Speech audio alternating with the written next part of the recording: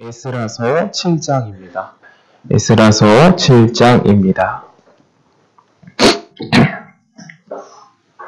저희가 매주 이제 에스라서를 강의를 해나가고 있는데요. 에스라서 7장의 내용은 굉장히 긴 내용이기 때문에 교독해서 읽지는 않고요. 제가 1절만 읽고 내용을 쭉 이야기해 나가도록 하겠습니다. 시간 관계상 1절만 읽고 지난주에 했던 내용들이 무엇이었는지 잠깐 살펴보고 해나가도록 하겠습니다. 이 일 후에 바사왕 아닥사스다가 위에 있을 때에 에스라라 하는 자가 있느니라. 저는 스라야의 아들이요 이사랴의 손자요 hil기야의 증손이요 라고 적혀있죠.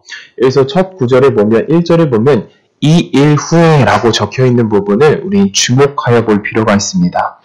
이 일 후라는 말은 이제 성전이 건축되어지고 완공되어지고 난 뒤다라고 하는 것을 이야기하는 것인데요. 성전이 완공되어지기까지 참 어려운 일들이 많이 있었죠. 과거에 페르시아와 바벨론에서 포로로서 살아가던 사람들이 수르바벨과 예수아라는 지도자를 통해서 이제 고향 땅으로 돌아오게 됐고, 그들로 인하여서 하나님의 도우심으로 인해서 성전의 기초를 놓게 되어졌습니다.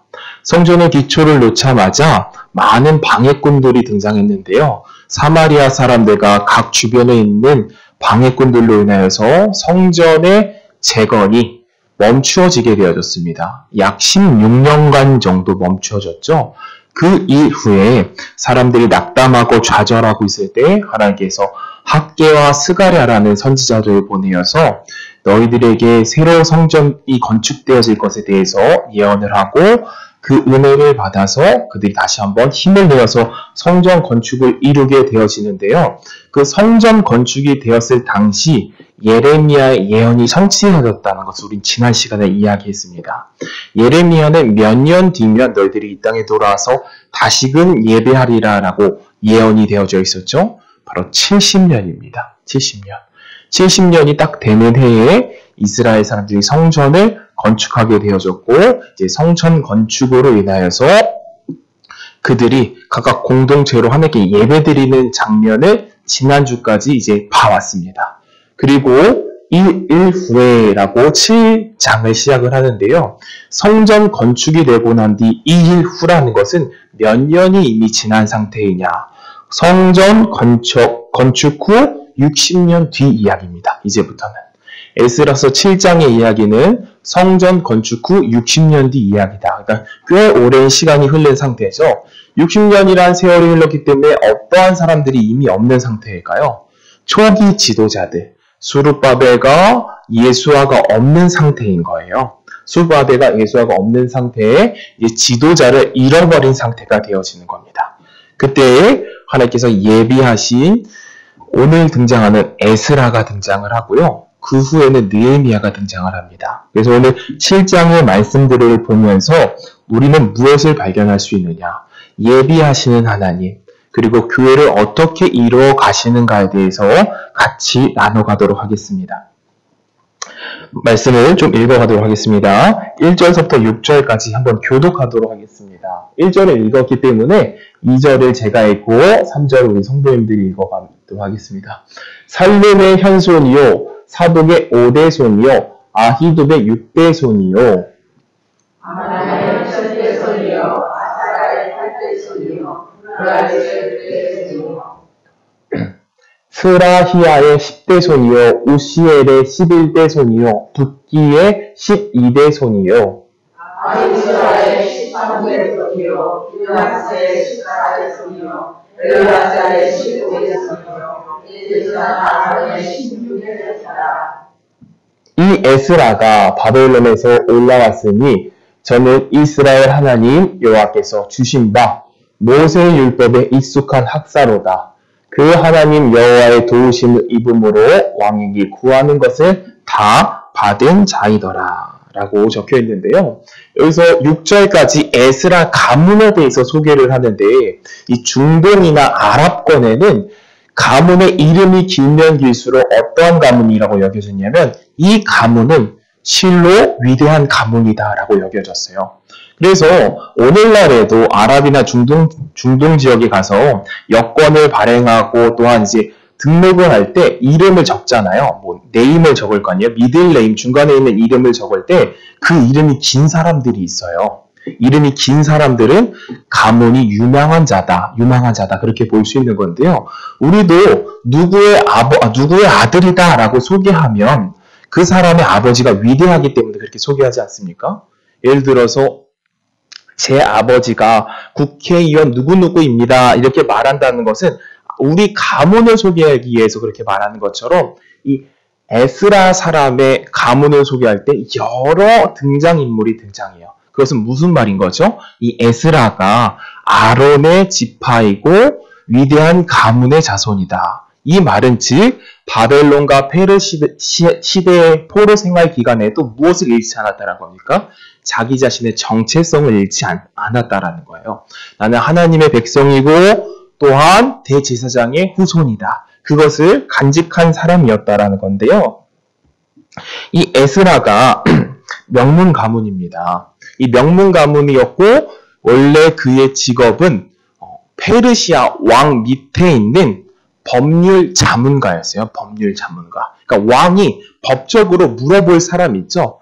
내가 이것에 대해서 고민이 있다. 이런 나라를 통치하는 데 여러 자문들이 필요할 겁니다. 경제적인 자문을 구하는 사람, 또한 뭐 건축의 자문을 구하는 사람, 이런 자문들이 있을 거 아니에요. 에스라는 무슨 자문이었다?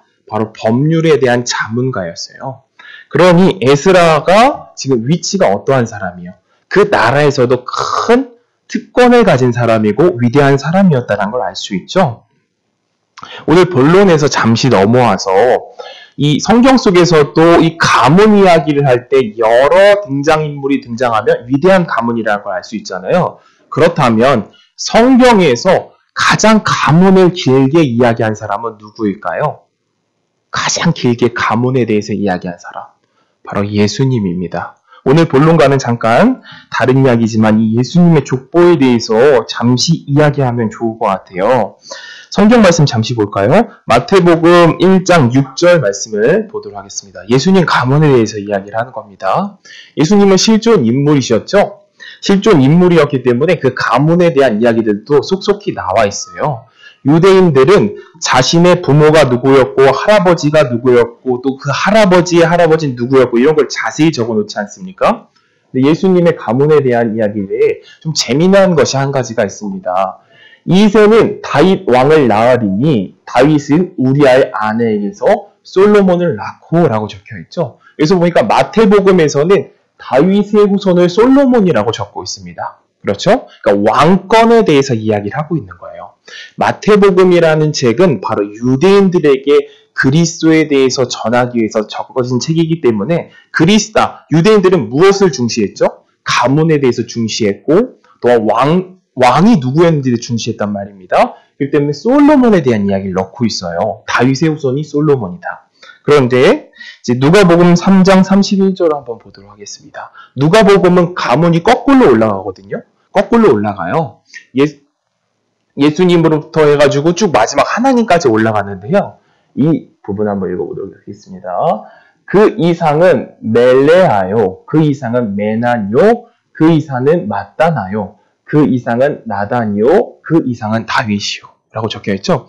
즉 이것을 해석을 하면 다윗의 후손이 누구라고 적혀있는 거예요? 다윗의 후손이 나단이다 라고 적혀있는 거죠. 그러니까 우리가 기존에 알고 있었을 때에는 다윗의 후손은 단 한 명 누구입니까? 솔로몬밖에 기억이 안 나잖아요. 근데 누가복음에서는 다윗의 후손을 누구라고 적고 있어요? 솔로몬의 이름이 아닌 나단의 이름을 적고 있단 말이에요. 이건 선지자 나단이 아닙니다. 그러니까 다윗이라는 왕은 자신의 밑에 여러 아내들을 두었겠죠. 여러 왕의 아내들을 두었을 거예요. 이 아내도 있고 저 아내도 있고 저 아내도 있는 겁니다. 그래서 한 명의 아내를 통해서 솔로몬을 낳고 또 한 명의 아내를 나단을 낳는데 왜 그렇다면 다윗의 후손을 가지고 솔로몬과 나단 이 다른 족보에 대해서 이야기하고 있는가 그 부분을 잠깐 설명을 하고 싶어요. 마태복음은 누구에 대한 족보죠? 왕에 대한 족보가 흘러나오고 있는 겁니다. 그렇다면 이 누가복음 나단의 후손은 누구인가 쭉쭉쭉쭉쭉쭉 해서 내려가면 그 등장인물이 바로 마리아입니다. 마리아. 왜 마리아가 뜬금없이 등장을 할까? 우리가 생각할 수 있겠죠? 예수님은 누구의 후손으로 오시기로 약속되어져 있죠? 여인의 후손으로 오기로 약속되어져 있으며 또 한편으로는 누구의 족보로 오기로 약속되어져 있죠? 다윗인 왕권을 가진 족보로 오기로 약속되어져 있는 겁니다. 그러니 다윗의 솔로몬의 왕권을 가진 자이며 또 한쪽에선 무엇을 가진 자라는 거예요? 여자의 후손이 결합되어져 있는 그 족보, 유일한 왕이신 예수님에 대해서 설명하고 있는 족보라는 거죠. 이것은 오늘 본문과는 좀 관련 없는 이야기지만 이 부분 짚고 넘어가 볼까요? 다시 본론으로 넘어와서 에스라서를 살펴보도록 하겠습니다. 에스라서 7장을 이야기하고 있죠. 이제 에스라가 어떠한 상황인 거냐면 그 왕궁 안에서 법률 자문가로 활동을 하다가 마음 가운데 깊은 상심과 어려움이 생긴 겁니다. 내가 이 페르시아와 바벨론 밑에서 살아가고 있는데 저기 내 고향 땅에 있는 내 식구들을 생각하니까 마음이 불편하구나. 왜 마음이 불편했을까요? 그 당시 60년이 흘른 상태였기 때문에 이스라엘 사람들에게 무엇이 없는 상태예요? 지도자를 이미 잃어버린 상태예요. 그들의 지도자가 누구였죠? 유다 지판 출신의 수룹바벨 그리고 여호수아가 그들의 지도자였는데 그들의 지도자를 잃어버리고 바벨론 문화 속에서 페르시아 문화 속에서 살아가고 있는 그들을 보니까 마음이 불편한 거예요. 너무 마음이 불편한 거예요. 그래서 고민한 결론에 왕에게 가서 찾아가서 자문을 구하는 겁니다. 내가 고향으로 돌아가고 싶습니다. 내 식구들과 고향 시온 땅 예루살렘으로 돌아가고 싶습니다. 이렇게 왕에게 자문을 구했고 왕이 그래 알겠다 해서 돌아가도록 해라. 그 상황인 거예요. 그러니 이제 에스라가 자신과 함께 갈 동력자들을 찾겠죠. 자신과 함께 고향으로 돌아갈 사람들 그리고 자신과 함께 성전에 일을 할 사람들을 찾기 시작을 하는 겁니다. 그래서 성경에는 그 이야기를 하고 있는데 사람들을 모으고 7절부터 9절 이야기를 잠깐 보도록 하겠습니다. 7절부터 9절입니다. 에스라서 제가 읽도록 하겠습니다. 아닥사스다 왕 7년에 이스라엘 자손과 제사장들과 레위 사람들과 노래하는 자들과 문지기들과 느디빈 사람 중에 몇 사람이 예루살렘으로 올라올 때 여기서 느디민 사람들 우리가 몇 주 전에 이야기했는데 이방인입니다. 이방인. 본래는 이방인이었다가 유대인이 된 사람들이에요. 이 사람들을 모아놓고 이제 올라가는 거예요. 8절입니다. 이 에스라가 올라왔으니 왕의 7년 5월이라 정월 초하루에 바벨론에서 길을 떠났고 하나님의 선한 손에 도우심을 입어 5월 초하루에 예루살렘에 이르니라. 여기 9절 잠시 보도록 하겠습니다. 그래서 이렇게 모집된 인원이 몇 명이었냐면 남자만 한 1,500명 정도예요. 남자만 한 1,500명. 1,500명, 남자만 1,500명이니까 여성을 포함하고 노인과 아이를 포함했을 때 결론적으로 갔던 사람이 한 5,000명 정도 됐을 것이다 라고 예상을 해요. 5,000명 정도가 이제 페르시아 땅에서 예루살렘으로 돌아가기로 한 거죠. 1차 포로 때는 몇 명이 돌아갔죠? 4만 명이 돌아갔습니다. 이게 2차 포로 기한이라 라고 이야기를 하거든요. 2차 포로 기한에는 한 5,000명 정도가 갔다라고 이야기를 하는 건데요. 여기서 며칠에 가냐? 9절에 보면 정월 초하루에라고 이야기를 하죠. 정월 초하루에 지정을 하고 이제 떠난 거예요. 이 정월 초하루라는 것은 이스라엘 사람들에게 좀 특별한 날들이었는데요. 정월 초하루에 어떤 일들이 있었느냐? 바로 창세기에 나오는 8장 13절에 나오는 한번 말씀해 볼까요? 창세기 8장 13절입니다.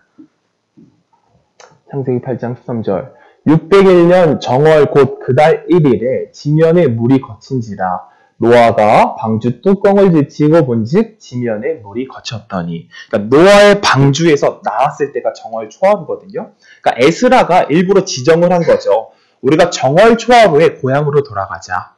노아의 방주에서 내렸을 때가 정월 초하루니까 무엇을 의미하는 거예요? 우리가 새 땅을 찾아가자. 그 의미를 두려고 정월 초하루에 출발을 한 건데 이 예루살렘으로 가는 거리가 약 1400km 정도 되어지는데요. 서울에서 부산이 한 400km가 정도가 안 된다 그래요. 그러니까 꽤 긴 거리죠. 그런데 그 당시에는 무엇이 없었을까요? 교통수단이 없었을 거 아니에요. 그러니까 걸어가는 겁니다. 걸어가는 거예요. 걸어갔을 때 약 한 4개월 정도 걸렸다라고 성경이 기록을 합니다. 근데 여기서 재밌는 것은 무엇이 재밌냐면 이 에스라 시대와 동시대에 살았던 인물이 한 명 있어요. 동시대에 살았던 인물. 에스라, 느헤미야가 동시대에 살았습니다. 동시대. 에스라가 좀 더 나이가 많아요. 그런데 에스라와 느헤미야는 성격이 굉장히 달랐어요. 성격이 굉장히 달랐어요. 에스라는 좀 어떤 성격이었냐면 믿음으로 나아갑니다. 이런 성격이었어요. 믿음으로 나아갑니다. 그러니까 꼼꼼하지 않고 그냥 믿고 나아갑니다 하는 성격이었고 느헤미야는 굉장히 꼼꼼한 사람이었어요. 그래서 왕이 두 사람에게 물어보거든요. 첫 번째 에스라에게 물어봤을 땐 왕이 에스라야 너 뭘 도와줄까? 이렇게 물어봤는데 이 쭉 에스라에 읽어가다 보면 어떤 이야기가 나오냐면 괜찮습니다. 왕이시여. 내가 그런 호위군을 붙여주지 않아도 하나님께서 나를 도우실 겁니다. 내 삶을 인도해 줄 겁니다. 라고 믿었던 사람이 에스라였어요. 그래서 왕의 호의를 거절하고 믿음으로 나아간 거예요. 근데 이 1400km라는 기간 동안 에스라가 가져갔던 물건이 무엇이 있었을까요? 금은보화도 있었을 테고 소금도 있었을 테고 여러 기물들이 있었을 거란 말이에요. 그러면 그걸 노리는 사람이 있을까요? 없을까요? 굉장히 많았겠죠? 그런데 에스라는 그냥 믿음으로 나아가는 그런 믿음을 가진 사람이었어요. 근데 느헤미야는 어떤 사람이었냐면 왕이 느헤미야에게 물어봤거든요. 느헤미야야 너 뭐 도와줄까? 라고 물어보니까 느헤미야는 하나하나 다 말하는 겁니다. 왕이시여 이것도 도와주셔야 되고 저 길을 갈 땐 이것도 해주셔야 되고 이럴 땐 이렇게 해주셔야 된다. 이게 꼼꼼한 사람이었거든요. 그러면 우리 성도님들 느헤미야가 믿음이 좋은 것 같아요? 에스라가 믿음이 좋은 것 같아요? 우리 성도님들이 생각해 보실 때 어떤 분들은 에스라라고 생각할 수도 있고 그렇다면 느헤미야 믿음이 없는가라고 생각하실 수도 있을 거예요. 그렇지 않습니다. 하나님은 모든 사람을 쓰시는 거예요. 이런 믿음을 가진 사람도 저런 믿음을 가진 사람도 하나님 일을 위해서 필요한 겁니다. 때로 우리가 생각을 봤을 때 저 사람은 너무 꼼꼼해. 저 사람은 너무 피곤해 라고 하는 사람이 있었겠죠. 그런 사람이 느헤미야였다라는 거예요. 느헤미야. 그런데 느헤미야를 통해서 일하시는 것이 달랐고 또 에스라를 통해서 일하시는 것이 달랐거든요. 그러니까 우리 공동체라는 것이 필요한 인물들이 각 있는 겁니다. 하나님 나라를 이뤄가기 위해서. 이제 에스라가 4개월 동안 이제 출발을 해서 도착을 하게 되어지는데 에스라한테는 어떤 심정이 있었느냐? 어떤 심정이 있어요? 내가 예루살렘에 도착하면 지금 길을 잃고 방황하고 있는 그 내 고향 사람들에게 무엇을 가르쳐 줘야겠다라는 심정이 있었어요. 말씀을 가르쳐 주고 준행하게 하고 그렇게 연구하게 하도록 해야겠다라고 결심을 가지고 갔던 거예요. 말씀 구절 한번 보도록 하겠습니다. 10절에서부터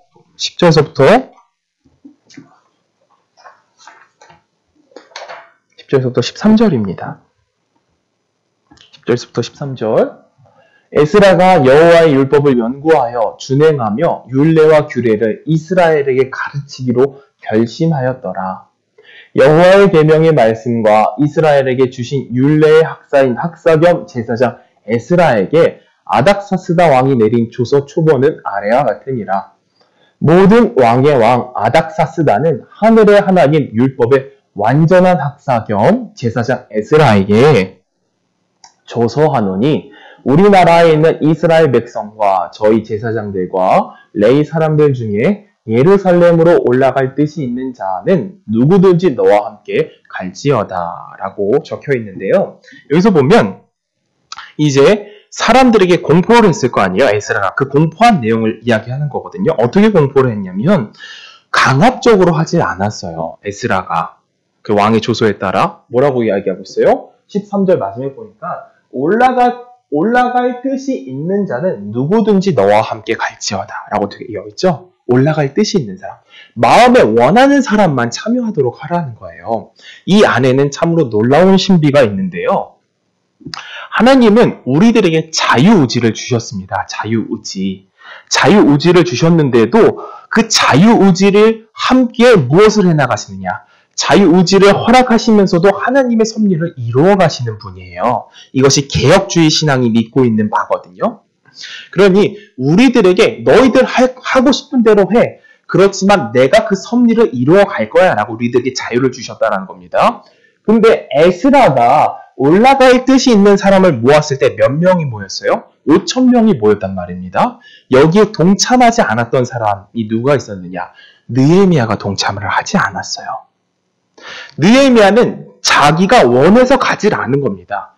그런데 그 자유의지를, 느헤미야의 자유의지를 사용해서 어떤 일을 벌이시냐면 이스라엘이 조금 더 뒤에 어떤 일을 겪게 되어지느냐? 성전이 파괴되어지는 일을 겪게 되어져요. 성전이 파괴되어지고 성벽이 파괴되어지거든요.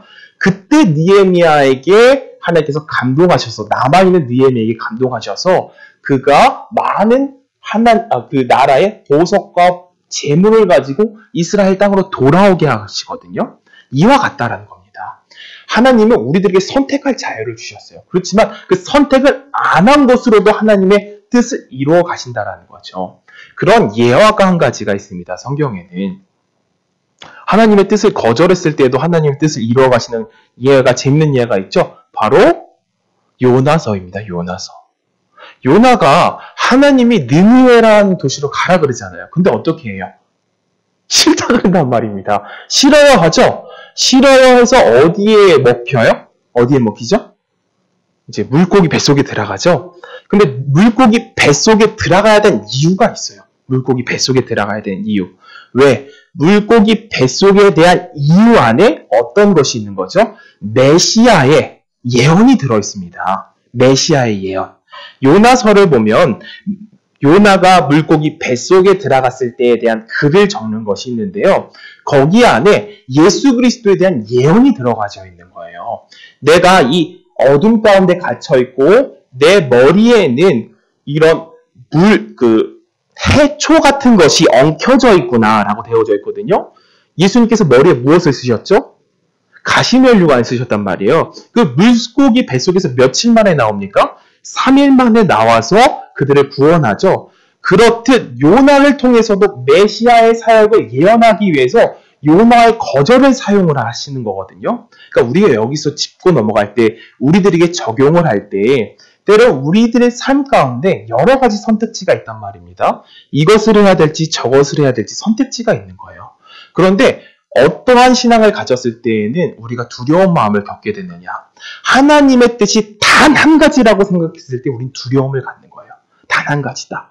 이것을 선택하지 않으면 하나님께서 나에게 어떤 벌을 주실 것이다 라는 잘못된 신앙을 가지고 있을 때 두려움이 생기는 겁니다. 그렇지 않아요. 하나님은 우리들에게 많은 자유를 공급하시고 그 안에서도 섭리를 이루어 가신다라는 것을 우리들이 믿는 겁니다. 그것이 우리가 믿고 있는 정통주의 신학이고 개혁주의 신앙이라는 거예요. 그래서 야, 너 이거 왜 선택 안 했어? 너 왜 저거 선택 안 했어? 그렇게 염려하지 않으셔도 된다라는 거예요. 그런다는 것을 우리는 알고 갈 수 있겠죠? 그래서 여기 안에 올라가지 않는 자가 누가 있다? 느헤미야라는 인물이 있었다. 느헤미야, 올라가지 않은 자를 통해서도 하나님께서는 자신의 계획을 이루어 가셨다라는 것을 우리는 발견할 수 있습니다. 이제 에스라를 소개를 하는데 어떻게 소개를 했느냐? 바로 성경에 능통한 자고 율법을 잘 아는 자다라고 되어져 있죠. 한번 성경 말씀 잠시 찾아보도록 하겠습니다. 에베소서 2장 10절. 이 부분에서 우리가 무엇에 대해서 같이 나눌 거냐면요. 하나님께서 예비하신 사람을 준비시키심에 대해서 잠시 나누도록 하겠습니다. 에베소서 2장 10절.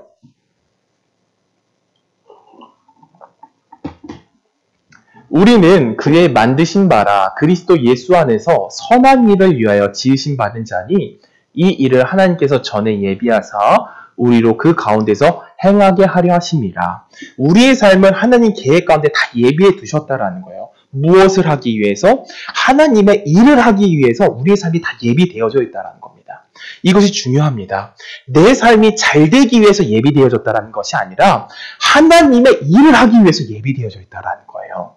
그래서 내가 일로 가든 절로 가든 하나님의 일을 위해서 된 것이지, 예수님을 믿으면, 교회에 나오면 내 삶이 잘 됩니다, 우리가 풍요로워질 수 있어, 이런 관점이 아니라는 거예요. 성경이 말하고자 하는 건. 우리의 삶은 누구 거라는 거예요? 하나님 거라는 겁니다.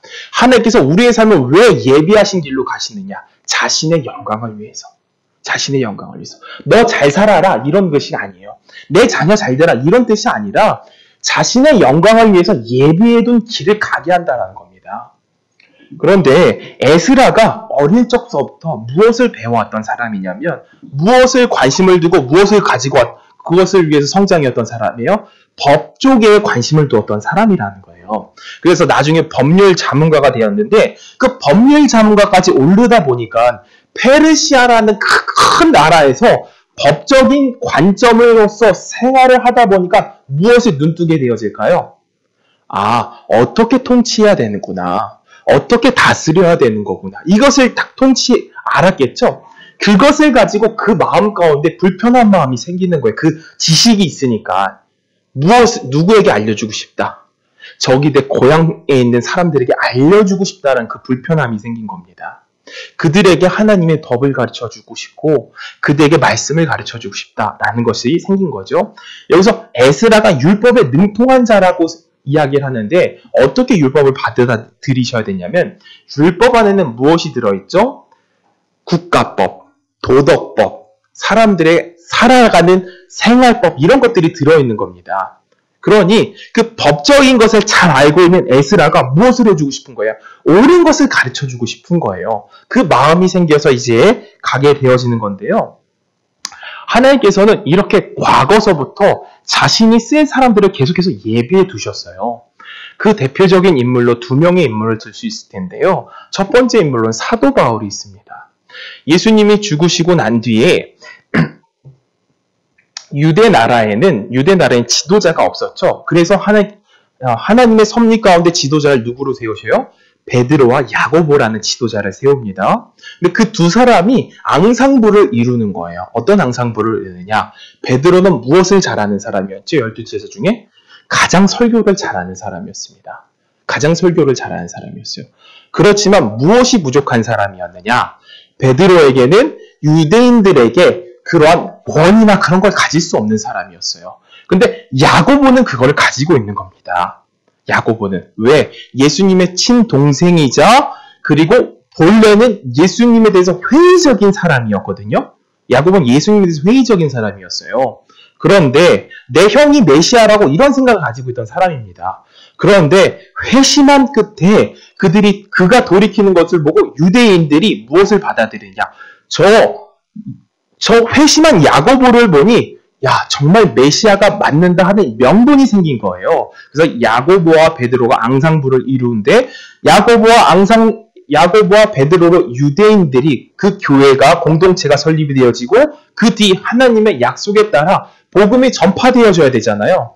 복음이 전파되어지려면 유대 땅에만 머물러 있을 것이 아니라 해외로 나가야 되는데, 해외로 나가려면 유대인들은 나갈 수가 없는 거예요. 무엇이 없기 때문에. 무엇이 부족하기 때문에? 시민권이 없고, 로마 시민권이 없고, 언어를 잘 할 줄 모르고, 히브리 말만 그 영향 속에서 여러 나라들의 말을 할 줄 모르고, 그리고 율법과 복음에 대해서 정통하지 못했기 때문에 그것이 부족하니까 그들은 유대인 안에만 남아있는 거예요. 근데 누구를 준비하십니까? 사도 바울이냐 인물을 준비하셔서 이루어 가시죠. 이렇듯 교회라는 곳이, 하나님의 공동체라는 것이, 하나님의 일이라는 것이 하나님이 준비하신 사람들로 만들어져 가는 겁니다. 또한 재미있는 이야기가 한 명 있습니다. 바로 칼빈이라는 인물인데요. 이 사람의 생애를 들으면 전 너무 재미있더라고요. 칼빈은 어떤 인물이었냐면, 우리가 잘 알고 있는 종교개혁의 3대 인물로서 뽑히는 인물이고요. 기독교 강요라는 책을 저술한 사람입니다. 이 기독교 강요라는 책은 오늘날 우리가 믿고 있는 장로교의 기본이 되어지고 기초가 되어지고 틀이 되어지는 그러한 책을 저술한 사람이거든요. 근데 그는 어렸을 적부터 부모로부터 무엇을 공부해야 된다라고 강요를 받았느냐? 법을 공부해야 된다고 강요를 받았어요. 법을. 처음에는 부모님이 야 신학을 공부해 했다가 아버지의 마음이 토라졌어요. 그 성직자나 그러한 체계들에 대해서 실망을 하고 난 뒤에 아들에게 야 이제 신학 공부하지 마. 법을 배워. 제가 가서 법대를 가리서 법 학교를 갔거든요. 그것을 공부하다가 자기 마음에 내키지를 않는 거예요. 내가 이 법을 공부하는 게 마음에 내키지를 않는다. 그래서 다시 신학의 길로 접어들거든요. 그리고 기독교 강요를 저수를 해요. 그런데 심성이 어떤 사람이었냐면 굉장히 연약한 사람이었어요. 그리고 나서질 않는 사람이었어요. 방 안에서 책을 쓰는 것을 좋아하고 조용히 있기를 좋아하는 사람이었는데 그때 당시에 상황을 보니까 도시가 전쟁통인 거예요. 종교개혁 때문에. 이 도시에서는 내가 원하는 그 공부를 할 수 없겠다. 저기 먼 시골에 가서 내가 공부를 해야겠다. 그러니 내가 있던 도시를 떠나서 시골로 가자라고 마차를 타고 갑니다. 근데 먼 시골을 가다 보니까 하루 이틀 걸려도 가지 못하겠죠. 중간에 숙박을 해야겠다고 마음을 먹은 거예요. 숙박. 그래서 숙박을 하고자 마음을 먹었던 도시가 어디냐? 스위스 제네바라는 도시예요. 스위스 제네바라는 도시. 그래서 단 하루만 머물고 가야겠다라고 여겼어요. 단 하루만 머물고 가려고 이제 숙박을 하고 잠을 자고 있었는데 그 스위스라는 도시는 지금 어떠한 상황이었냐면 그 스위스라는 도시도 마틴 루터의 영향을 통해서 종교개혁의 전쟁이 퍼지고 있는 도시였거든요. 근데 스위스에서 종교개혁을 일으킨 사람이 파렐이라는 사람이에요. 파렐. 그 파렐이라는 사람은 성격이 아주 불같은 사람이었어요. 남한테 성질도 엄청 잘 내고 화도 잘 내고 그런 사람이었거든요. 그런데 이 파렐이라는 사람이 무엇이 없었느냐? 스위스를 종교개혁은 시작은 했는데 무엇이 없었느냐? 지식이 없는 거예요. 지식. 화만 낼 줄 알고 열정만 있는 사람인 거예요. 신학적 지식이 없고 또 무엇이 부족했느냐? 스위스라는 나라가 지금 완전 망가져 있는 상태였어요. 완전 지금 피폐해져 있는 상태였어요. 법도 없고 신학적인 체계도 없는 나라. 그러니까 그런 나라를 보고 우리가 이 나라는 도저히 살 수가 없다. 그런 나라까지 이르렀던 상황이었거든요. 근데 그 파렐이 제자한테 이야기를 듣는 겁니다. 어떤 이야기를 듣느냐? 파렐 선생님, 지금 저기 스위스 여관에 누가 찾아왔답니다. 라는 이야기를 듣게 되어져요. 저희 칼빈이라는 인물이 찾아왔대요. 지금 기독교 강요를 쓴 칼빈이 지금 우리 스위스 도시에 왔다니까요. 이 이야기를 전해 듣게 되어진 거예요. 그래서 그 파렐이 스위스 여관에 가게 되어져요. 제네바 도시에 있는 여관. 제네바 도시의 여관에 가니까 누가 자고 있어요? 그때 칼빈이 자고 있는 거예요. 칼빈이. 그래서 깨우는 겁니다. 깨워요. 칼빈을 깨워서 야, 우리를 좀 도와달라. 이 스위스에는 무엇이 필요하다? 신학적 지식을 갖고 있고 법을 알고 있는 사람, 내가 정말 필요하다라고 이렇게 권유를 했어요. 그런데 이 칼빈이 뭐라고 답장을 했냐면 싫다. 나는 여기 있기 싫다. 내 성품은 책을 쓰기를 좋아하고 나는 저쪽에 가서 조용히 있기를 좋아하지 그래서 뭔가 개혁을 하고 이런 것을 다스리고 싶지가 않다라고 했는데 그 파렐의 성격이 어떻다 그랬죠? 불같고 성질을 잘 내는 사람이라 그랬죠? 그래서 이 칼빈에게 무엇이라고 이야기를 했냐면 네가 네 지식만 쫓아 살다가는 하나님이 너를 저주할 것이고 내가 멸망할 것이다 하고 이제 그 뒤로는 여러 가지 욕들을 하기 시작한 거예요. 욕들을. 너 삐삐 이런 소리가 막 들렸겠죠? 그런데 그때 칼빈이 어떻게 되어지냐? 갑자기 자기가 뭐를 두려움에 휩싸면서 내가 하나님의 뜻을 쫓아야겠다 하고 제네바에 정착하게 되어집니다. 제네바에 정착하게. 파렐의 권유 때문에. 그래서 그 제네바라는 도시가 종교개혁의 완성을 이루고 또한 법적으로도 올바른 도시가 되어져요. 그래서 그 후에 칼빈의 제네바라고 하면 모든 유럽이 꿈꾸는 나라 그리고 모든 신학생이 가고 싶어하는 도시가 되어지거든요. 이와 같다라는 겁니다. 하나님께서는 예비해 두시는 거예요. 무엇을 위해서? 자신의 뜻을 이루기 위해서 어떠한 방식으로든 이루어 가신다는 거죠. 이 에스라라는 사람을 준비했듯이 여기 자신의 뜻을 이루어 간다는 겁니다. 우리가 이렇게 하나님의 뜻은 이루어져 간다라는 것을 살펴보고 있는데요. 예비하시고 이루어져 가신다. 우리 이 포로 기한 시대를 이야기하고 있지 않습니까? 이 포로 기한 시대에는 특징이 있습니다. 특징. 어떤 특징이 있느냐? 포로 기한 시대에 등장하는 성경 인물이 에스라, 느헤미야, 에스더 이 인물들이거든요. 에스라, 느헤미야, 에스더. 선지자들은 이야기하지 않고요.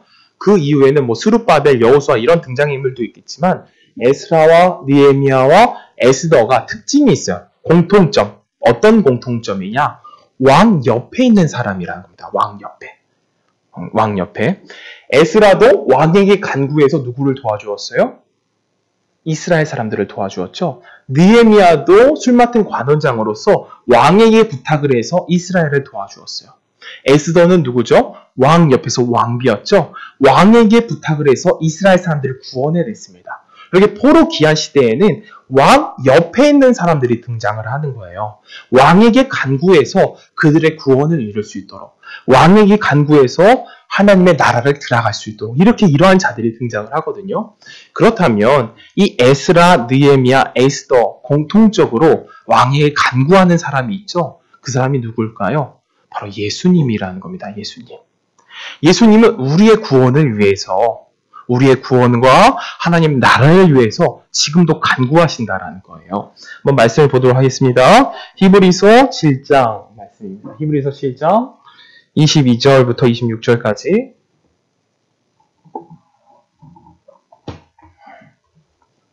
이와 같이 예수는 더 좋은 언약의 보증이 되셨느니라. 저희 제사장 된 자의 수요가 많은 것은 죽음을 인하여 항상 잊지 못함이로되 예수는 영원히 계심으로 그 제사 직분도 갈리지 아니하나니 그러므로 자기를 힘입어 하나님께 나아가는 자들을 온전히 구하실 수 있느니라. 이는 그가 항상 살아서 저희를 위하여 간구하심이니라. 이러한 대제사장은 우리에게 합당하니 거룩하고 악이 없고 더러움도 없고 죄인에게서 떠나 계시고 하늘보다 높이 되신 자라 라고 되어 있죠. 예수님께서 우리를 위해서 간구하셔서 우리의 무엇을 이루신다라는 거예요? 우리의 구원을 이루신다라는 겁니다. 에스라, 느헤미야, 에스더 모두 다 왕에게 간구해서 이스라엘 구원을 이루어내는 것처럼 그런 인물이 있다라는 거예요. 구약은 예표니까 그런 인물이 누구죠? 바로 예수 그리스도시라는 거예요. 우리의 구원은 절대 흔들리지 않습니다. 우리의 구원은 내 스스로 이루는 것이 아니라 주님께서 이루어 가시는 것이기 때문에 우리의 구원은 흔들리지 않는 거예요. 어떠한 분들은 구원은 취소될 수 있다라고 가르치죠. 그것은 잘못된 견해입니다. 알미니안주의 같은 거예요. 이미 과거 종교재판으로부터 판명난 이야기들이에요. 무슨 이야기? 이건 이단이다 라고 판명난 이야기예요. 어떠한 이야기가? 구원은 취소될 수 있다는 이야기가. 구원은 취소될 수 있다는 이야기가 다 이미 잘못된 이야기인 거예요. 그럼 잠깐 우리가 예수님이 우리를 위해서 간구해 주셔서 우리의 구원을 이루어 가신다고 했는데 예수님은 지금 어디에 계시는가를 한번 살펴보도록 하길 원해요. 어떠한 세대주의에서는 이렇게 이야기하거든요. 세대주의도 잘못된 교리예요. 어떻게 이야기하냐면 과거 구약에는 하나님의 시대, 신약에는 예수님의 시대, 오늘날에는 무슨 시대? 성령의 시대. 이건 잘못된 이야기라는 거예요. 이건 잘못된 이야기입니다. 구약에는 하나님 시대, 신약에는 예수님 시대, 오늘날은 성령의 시대. 이건 잘못된 거예요. 왜 잘못됐느냐? 구약에서도 누가 함께 하셨어요? 성부, 성자, 성령이 같이 일하셨던 거예요. 신약에서도 성부, 성자, 성령이 같이 일하셨던 거고 오늘날에도 무엇이 같이 일하는 거예요? 성부, 성자, 성령이 같이 일하는 거예요. 그래서 예수님은 그럼 오늘날 뭐하고 계시느냐? 이렇게 보면 안 되는 거예요. 예수님은 십자가 달려 돌아가시고 지금 보좌 우편에 가셔서 그냥 쉬고 계신다. 이것은 잘못된 겁니다. 그냥 쉬고 계신다. 이제 할 일 다 하셨으니까 끝났다. 이것이 아니라 성경이 이야기하기를 무엇이라고 이야기하죠? 잠시 에베소서 1장 22절 말씀 봅니다. 에베소서 1장 22절. 에베소서 1장 22절 말씀 보겠습니다. 또 만물을 그 발 아래 복종하게 하시고 그를 만물 위에 교회의 머리로 주셨느니, 지금 예수 그리스도가 무엇으로 계시다라는 거예요? 교회의 머리로 있다라는 거예요. 교회의 머리. 이 교회를 치리하고 다스리고 계신 분이 누구라는 거예요? 예수님이라는 거예요. 지금 성령의 시대라서 성령만 움직이는 그런 시대가 아니라 지금도 살아계시고 예수님 하나님 보좌 우편에 가셔서 무엇을 치리하고 있다라는 거예요? 이 세상 모든 교회를 치리하고 있다라는 거예요. 무엇을 하기 위해? 구원받을 백성을 끄집어내기 위해 지금도 일하고 계시다라는 거예요. 마치 느헤미야와 에스라와 에스더처럼 누구 옆에서 간구하는 거예요? 왕 옆에서 간구하는 거예요. 왕 옆에서. 하나님, 성부 하나님, 저들을 구원해 주셔야 됩니다. 왜 구원해 주셔야 됩니까? 내가 그들의 죄들을 이미 사했고 구속했으니 그들은 구원받아 마땅한 자입니다. 이렇게 간구하고 계시다라는 거예요. 그렇기 때문에 우리가 때로는 죄를 짓고 때로는 연약해도 우리의 구원이 취소될 수 없다라는 겁니다. 누구 때문에? 예수님이 지금도 간구하고 계시기 때문에. 그러면 예수님이 교회를 치리하고 있으면서도 무엇으로 지금 이 예배 시간에 함께 하시느냐? 한번 말씀해 볼까요? 요한복음 1장 1절입니다. 요한복음 1장 1절. 태초에 말씀이 계시느니라. 이 말씀이 하나님과 함께 계셨으니 이 말씀은 곧 하나님이시라. 요한복음은 예수님에 대한 설명이죠. 지금 이 시간에도 말씀으로 치리하고 계신다라는 거예요. 교회를. 우리가 지금 배워나가고 있는 그리스도에 대한 말씀으로 지금도 함께 하시고 치리하고 있다는 겁니다. 그렇기 때문에 교회에서는 무엇을 전하는 겁니까? 예수를 전하는 거예요. 교회에서는 세상 잘 되는 이야기를 전하는 것이 아니에요. 그리스도가 없는 교회는 없는 겁니다. 그리스도가 있어야 되는 겁니다. 교회는. 그리스도에 대한 이야기가 넘쳐나야 되는 거예요. 그것이 하나님이 치리하는 방식인 겁니다. 성경은 무엇에 대해서 관심이 있을까요? 성경 이 모든 내용은 하나님의 구속하신 하나님의 일에 대해서 관심이 있지, 내가 잘되고 내가 번성하고 네가 이렇게 될 것이다, 이것에 대한 큰 관심이 없어요. 하나님의 일에 대해서 관심이 있는 겁니다. 하나님의 일에 대해서. 그렇기 때문에 오늘도 그리스도의 말씀이 선포되어져야 되는 거예요. 왜? 우리가 죄인이기 때문에 누굴 통해서만 구원을 얻을 수 있는 거예요? 그리스도만 통해서 구원을 얻을 수 있는 거예요. 주님의 관심은 구원이라는 겁니다. 한 영혼 한 영혼, 자기가 택한 백성들을 자신의 나라로 이끌어가는 것이 바로 그 뜻이라는 겁니다. 말씀, 지금 그리스도께서 우리와 함께 하신다, 이 이야기를 놔두었고요. 에스라서 7장의 핵심 내용이 무엇이냐? 에스라서 7장 10절입니다. 한번 말씀 보겠습니다. 에스라서 7장 10절. 에스라서 7장 10절입니다. 에스라서 7장 10절의 내용이 핵심 내용인데요. 에스라가 여호와의 율법을 연구하여 준행하며 율례와 규례를 이스라엘에 가르치기로 결심하였더라. 이 이야기를 잠깐 생각을 해두시고 어떤 이야기들이 진행되어지느냐. 이제 에스라와 함께 5,000명이 예루살렘으로 돌아와요. 근데 그 돌아오는 때에 여러 물자들을 받습니다. 금도 받고 은도 받고 그렇게 해가지고 돌아오게 된 이야기가 끝나는 이야기가 7장이에요. 그런데 왜 이 아닥사스다 왕이라는 사람은 그들이 가게 허락을 해줬느냐? 근데 페르시아의 종교 정책은 무엇이었냐면 유화 정책이었어요. 자신의 속국으로 있는 사람들을 어떻게 해주는 거냐? 니들이 믿고 싶은 종교를 믿어라는 그런 유화 정책을 펼쳤거든요. 바벨론 같은 경우에는 너 바벨론 신만 믿어, 이렇게 하는 정책이었는데 페르시아 나라에는 무엇은 정책이라고요? 그래, 너네가 믿고 싶은 신을 섬겨라는 정책이었어요. 왜 믿고 싶은 신을 섬기게 해줬냐면 너희들이 그 신에게 무엇을 간구해줘라는 믿음이었느냐? 내 나라와 내 자녀들을 위해서 기도해줘라는 믿음을 갖고 있던 사람들이 페르시아 사람들이었거든요. 그렇기 때문에 이제 보내주는 거예요. 그래서 많은 물자를 후원을 해주는 겁니다. 그런 이유로 해서 5,000명이 돌아오게 되어졌다라는 것을 짚고 넘어가고, 에스라가 무엇을 하기 원했다라는 거죠? 그들의 종교적인 것을 개선하기를 원했어요. 종교적인 것을 개선하기, 하나님의 복음을 선포하기를 원했던 겁니다. 그렇다면 에스라가 선포했던 말씀은, 그 율법을 연구했던 말씀은 무엇이었을까요? 구약 성경 중에서도 모세 오경이겠죠. 그때 당시에는 에스라가 가지고 있었던 성경은 모세 오경밖에 없었을 테니까 모세 오경을 연구하고 선포를 하는 겁니다. 그럼 우리가 여기서 짚고 넘어갈 때 무엇을 의심을 할 수 있게 되느냐?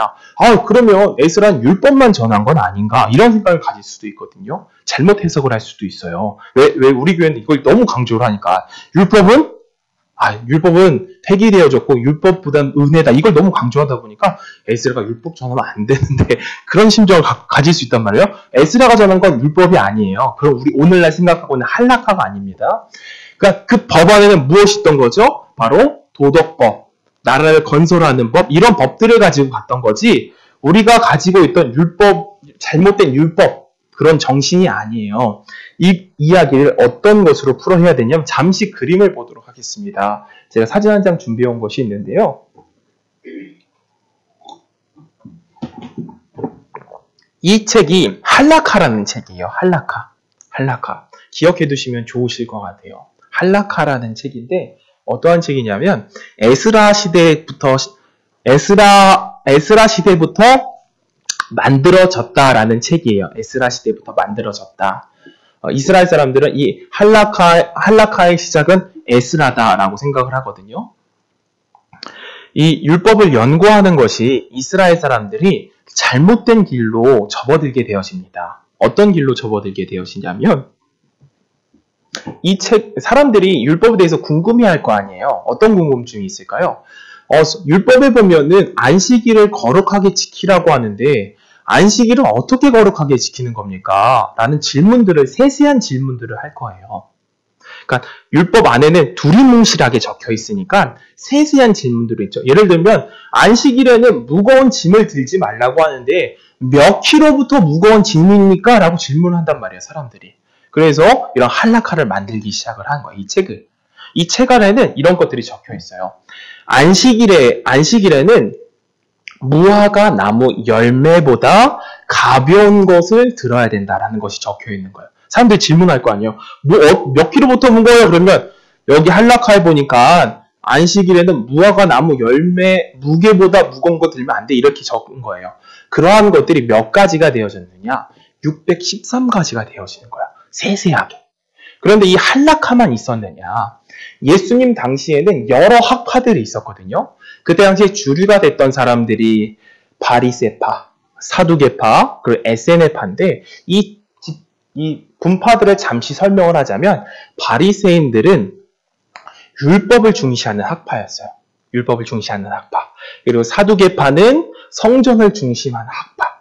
그리고 또한 에세네파는 신비를 중시하는 학파였어요. 신비를 중시하는 학파. 오늘날에도 우리가 교단을 보면 그런 흐름이 다 있잖아요. 장로교 같은 경우에는 말씀을 중시하고 또 에세네파가 신비를 중시하니까 신비를 좀 중시하는 교단은 어느 교단이신 것 같아요? 우리 성도님이 생각하시기에.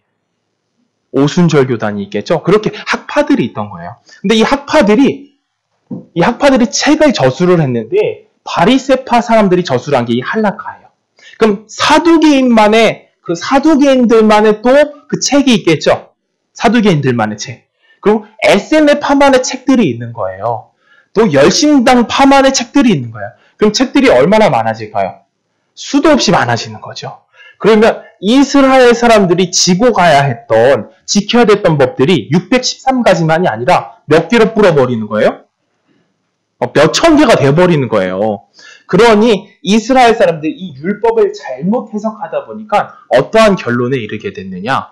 삶이 어떨까요? 이걸 지켜야 되니까. 너무 힘든 거예요, 너무. 율법의 짐이 너무 무겁구나. 이 율법을 지키려고 하니까 너무 괴롭구나 했던 것이 바로 이 할라카입니다. 그때 예수님께서 그들에게 해주신 말씀이 어떤 말씀이냐면 한번 같이 읽어보도록 할까요? 마태복음 11장 28절과 29절 30절입니다. 이건 조금 오용되는 구절이기도 한데요. 오늘날에는 이 오용을 좀 바로잡고 우리가 올바르게 말씀을 해석을 해나가기를 원합니다. 한번 보겠습니다. 수고하고 무거운 짐진 자들아. 이 말씀이 이 수고와 무거운 짐이 무엇이에요? 어떤 것으로부터 무거운 짐이에요? 바로 이 할라카, 율법의 무거운 짐을 이야기하는 거예요. 그때 당시에 613가지만 있던 게 아니라고 했죠. 사두개파 사람들이 만든 책, 에세네파 사람들이 만든 책, 이런 책들이 너무 많다 보니까 그들이 지켜야 될 짐이 너무나 많은 거예요. 그들을 향해서 예수님께서 말씀하시는 거예요. 율법의 무거운 짐을 가지고 있는 사람들아, 그 멍에를 갖고 있는 사람들아, 다 내게로 와라. 내가 너로 쉬게 하리라. 이 이야기를 한 거지. 우리는 이 말씀을 어떻게 적용을 해요?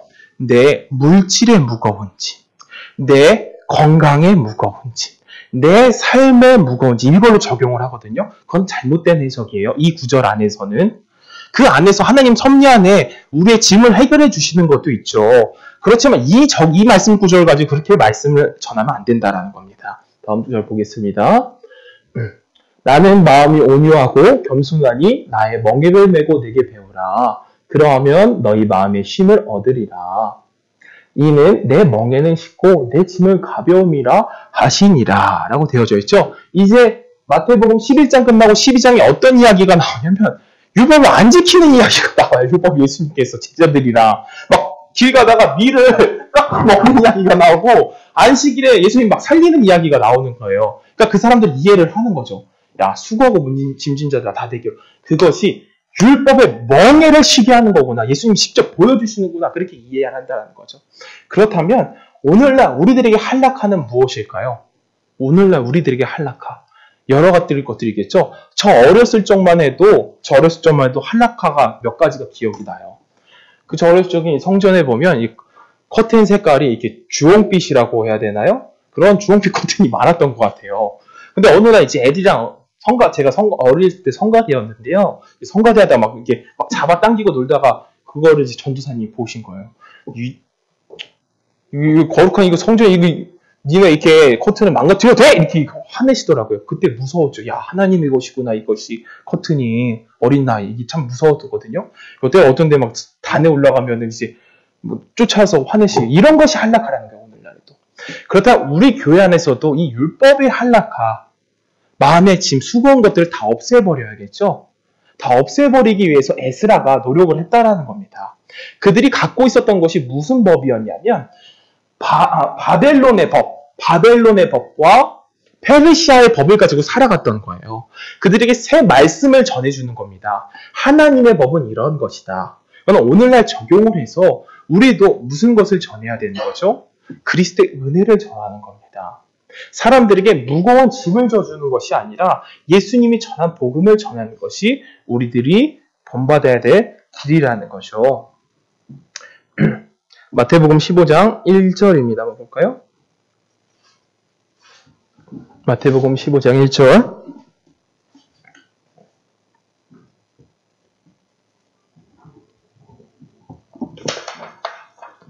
그때에 바리새인과 서기관들이 예루살렘으로부터 예수께 나와 가로되, 다음 절입니다. 당신들의 제자들이 어찌하여 장로들의 유전을 범하나이까? 이 장로들의 유전 있죠? 이 장로들의 유전이 바로 할락하예요. 장로들의 유전을 범하나이까? 떡 먹을 때에 손을 씻지 아니하나이까?